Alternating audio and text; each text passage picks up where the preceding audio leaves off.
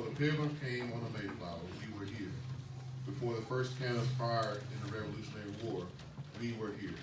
Some of us were slaves and some of us were free, but we were here. Many of our people fought in that Revolutionary War for the issues stated in the Declaration of Independence.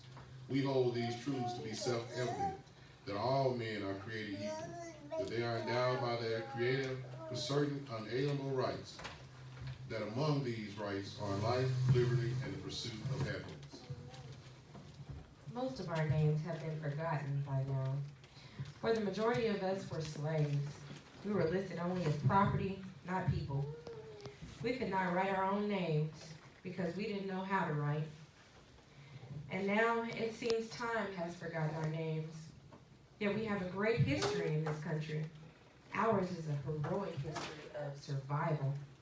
Our history travels the length of a whip and the vastness of a dream. It spans oceans and centuries.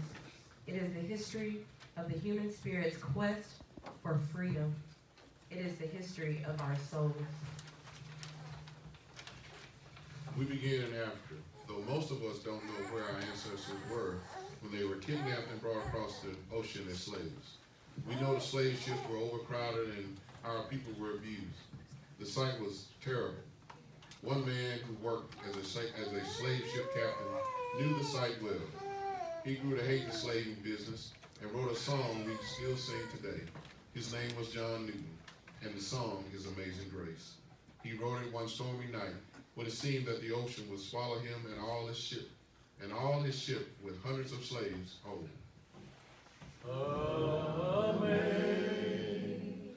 Amazing grace, how sweet the sound that saved a wretch like me.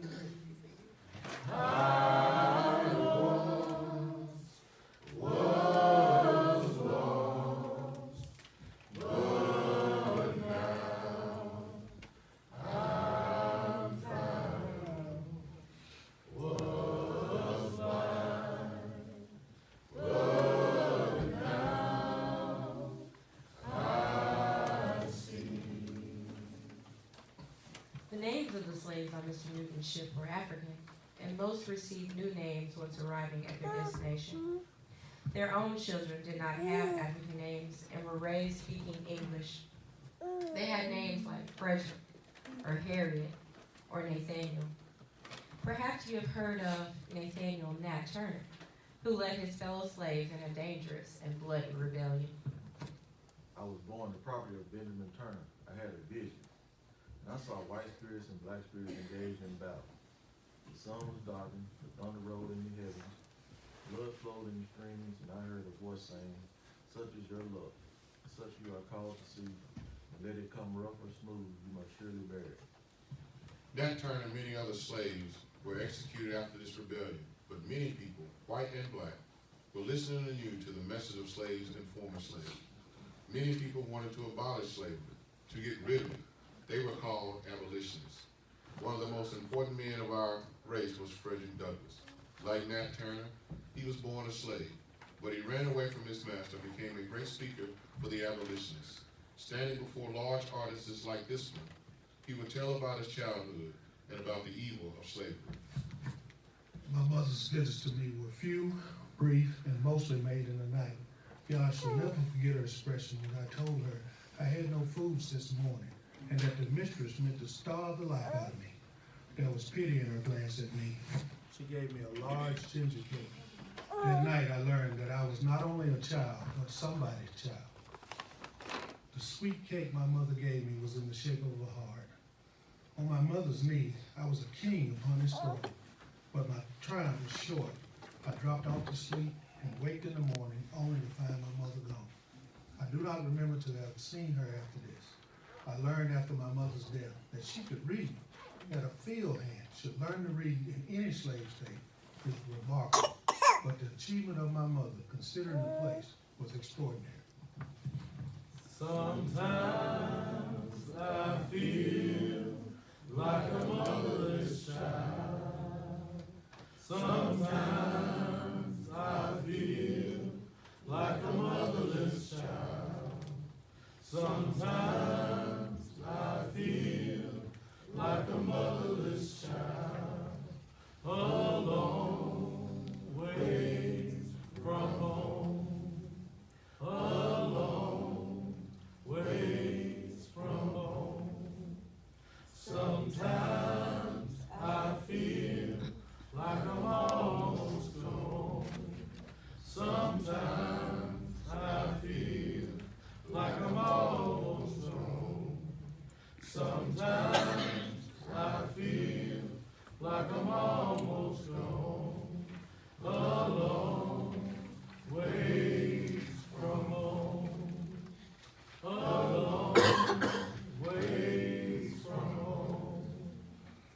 Still the dark night of slavery fell upon me. I languished until I felt the resurrection from the dark tomb of slavery to the heaven of freedom. I was not afraid to die. Bruises I did get, but this spirit made me a free man. Mr. Frederick Douglass sometimes took off his shirt during his speeches and showed the deep whip marks on his back. And sometimes this caused some of the women in the audience to faint. And sometimes another former slave, a woman, joined him in speaking on human rights. Meet Sojourner Truth. Ain't I a woman? I have as much muscle as any man. I can do as much work as any man. I have plowed and reaped, husked, chopped, and mowed. Can any man do more than that? I tell you, the meanest child of glory outshines the brightest sun. Another great woman of color did not make many speeches, but she did make many journeys.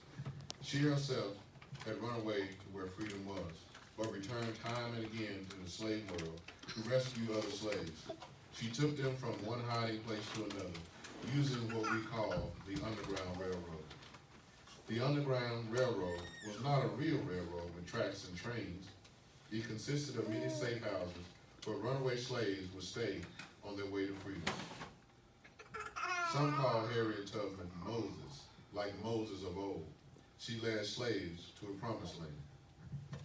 I was only 7 years old when I was sent away to take care of a white baby. One morning, I stood by the table waiting until I was to take it. Just by me was a bowl of lumps of white sugar. I never had nothing good, and that sugar did look so nice. And my missus' back was turned to me, so I just put my fingers in the sugar bowl to take one lump, and she turned and saw me. The next minute, she had the raw hide down. I just flew, and they didn't catch me. I run, and I run, and I run, and when I was clear tuckered out, I come to a big pig pen. I stayed from Friday till the next Tuesday, fighting with all those little pigs for the potato peelings and other scraps. By Tuesday, I was so starved, I knowed I got to go back to my missus. I hadn't got nowhere else to go, but years later, I did have some place to go, Freedom Land, and I took other. You see, there was one or two things I had a right to, liberty or death. If I could not have one, I could have the other, for no man should take me alive. Swing low, sweet chariot, coming forth to carry me home. Swing low, sweet chariot, coming forth to carry me home. I looked over Jordan, and what do I see? Coming forth to carry me home. A band of angels coming after me, coming forth to carry me home. Swing low, sweet chariot, coming forth to carry me home. Swing low, sweet chariot, coming forth to carry me home. You may not know that there were slaves even here in Utah. When the pioneers came, they brought 3 colored servants with them in the very first company: Hart Lay, Oscar Crosby, and Green Flake. Green Flake was probably driving Brigham Young's wagon, and years later, at a Pioneer Recognition Day, Green was honored. There, a little girl asked him a question. Mr. Flake, what is it like to be a slave? You don't have to answer that, Mr. Flake. No, I want to answer it. Being a slave is all right. If you just want to be a slave, that is. But many of us colored folks wanted a better life, if we could find one. I was raised a slave and had a master to tell me what to do. He gave me a place to sleep, fed and clothed me, worked me, and told me what to do each day. Sometimes I got whipped, and my master would give me a big kick in the pants if I sloughed off, or I made a mistake, or if I was lazy. Slavery's been around a long time, and the colored folks got sold like they was a horse, a cow, or some other animal. They became the owner's property, and they worked long and hard for the master. Most everyone don't want to be a slave and be in bondage to another, because you can't even have your own thoughts and dreams. You can't plan for the future when all decisions get made by someone else. You see, that need for freedom is deep in all of us, and we sing about it often. Oh, freedom. Oh, freedom. Oh, freedom over me. And before I'll be a slave, I'll be buried in my grave and go home to my Lord and be free. No more weeping, no more weeping, no more weeping over me. And before I'll be a slave, I'll be buried in my grave and go home to my Lord and be free. Freedom came, but not easy. It came with blood. It cost this nation the Civil War to free its slaves.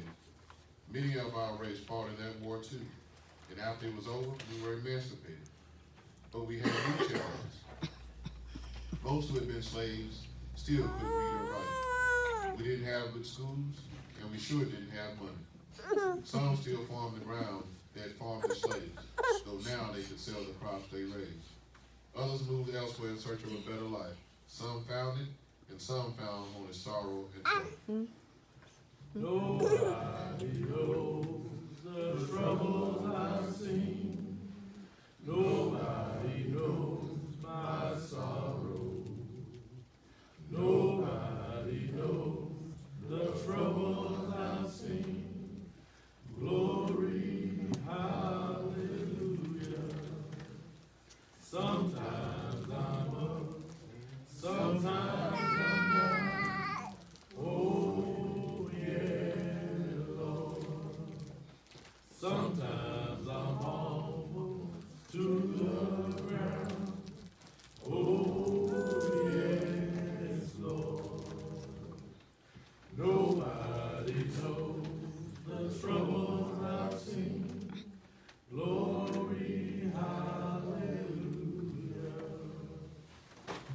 We knew we needed education.